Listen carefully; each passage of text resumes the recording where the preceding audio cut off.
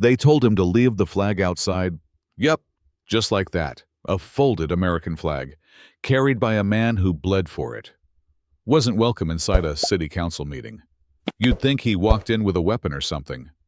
But no, just a flag, neatly folded, held like it meant something, because to him, it did. That man's name, Hank Delaney, 63, retired master sergeant. 3 tours in the sandbox, 1 knee replaced, 1 back full of shrapnel, and not a single ounce of quit in him. He wasn't there to make noise. He wasn't even on the agenda. Just walked in 10 minutes early. Took a seat in the back, holding that flag like it was a memory he couldn't put down. Then this staffer young guy, crisp name tag, full of protocol, walks up and says, "Sorry, sir. Flags like that aren't allowed inside during open hearings." Hank raises an eyebrow. Like that he asks.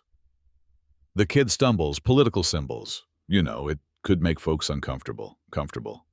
This flag, the one that covered his buddy Miguel's casket, the same one that flew on top of a Humvee, driving through Tikrit while they dodged roadside bombs. Yeah, that flag.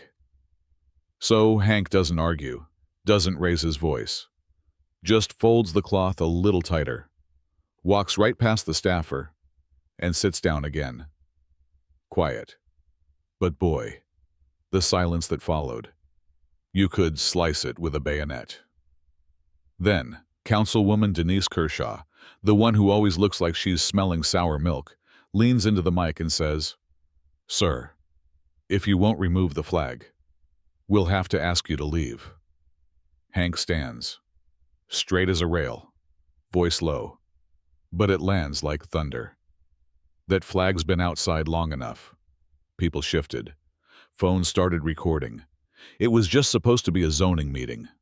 But that room, it turned sacred, real quick.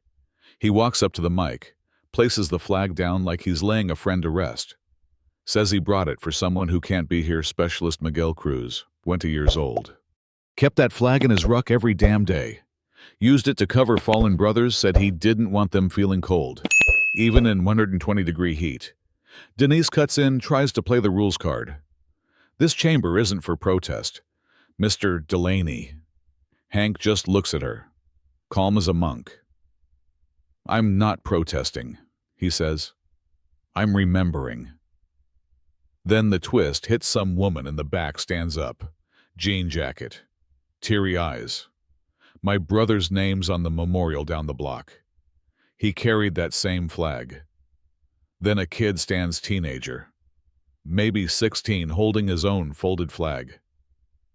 Within seconds, the whole gallery's on its feet. No shouting, no drama, just silent unity. Denise tries to take back control, but she's lost the room, Hank tells her. "If this flag makes you uncomfortable, ma'am, it's not the cloth that's the problem. It's your conscience." Boom. And it gets better. Councilman Troy Young Guy, ex-Air Force, leans in, says, "I motion to revise policy. Respectful display of the American flag allowed in all public meetings. Seconded, voted, passed, unanimous." Even Denise nods, tight-lipped, because by now, it ain't about rules. It's about meaning.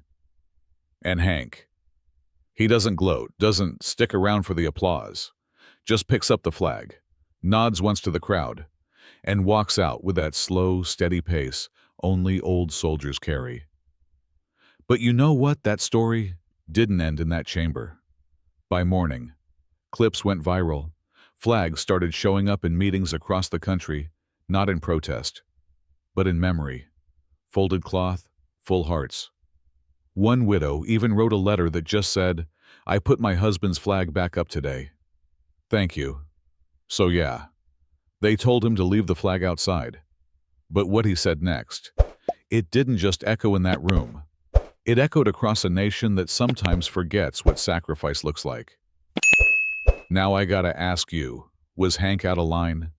Or did that room need the reminder? Drop your thoughts in the comments. Let's talk about it. Where do we draw the line between policy and principle? Between discomfort and disrespect because that folded flag, it's not just cloth, it's a promise.